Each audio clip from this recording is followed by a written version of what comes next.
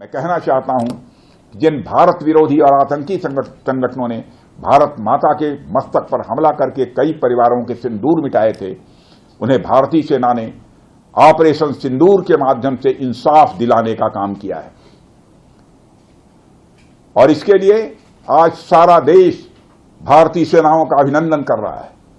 Operation सिंदूर सिर्फ एक सैन्य कार्रवाई भर नहीं है, बल्कि भारत की राजनैतिक, सामाजिक और सामरिक इच्छा शक्ति का प्रतीक है। यह ऑपरेशन आतंकवाद के खिलाफ भारत की दृढ़ इच्छा शक्ति का और सैन्य शक्ति की क्षमता और संकल्प शक्ति का भी प्रदर्शन है। हमने दिखाया है, भारत आतंकवाद के खिलाफ जब भी कोई कार्रवाई करेगा तो आतंकवादियों और उनके आकाओं के लिए सरहद पार की जमीन भी सुरक्षित नहीं रहेगी। भारतीय सेनाओं ने ऑपरेशन सिंदूर को पाकिस्तान में मौजूद आतंकी ढांचा ढहाने के उद्देश्य से लॉन्च किया था।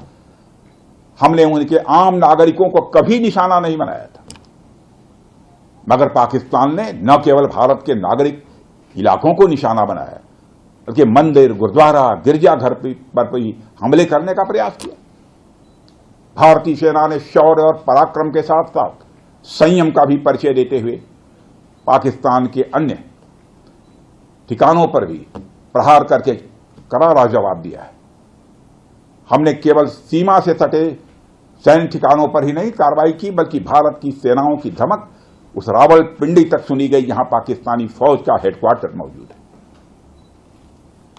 मित्रों, भारत में आतंकवादी घटनाएं करने और कराने का क्या अंजाम होता है, यह पूरे विश्व ने उरी की घटना के बाद देखा, जब हमारी सेना ने पाकिस्तान में घुसकर सर्जिकल स्ट्राइक की।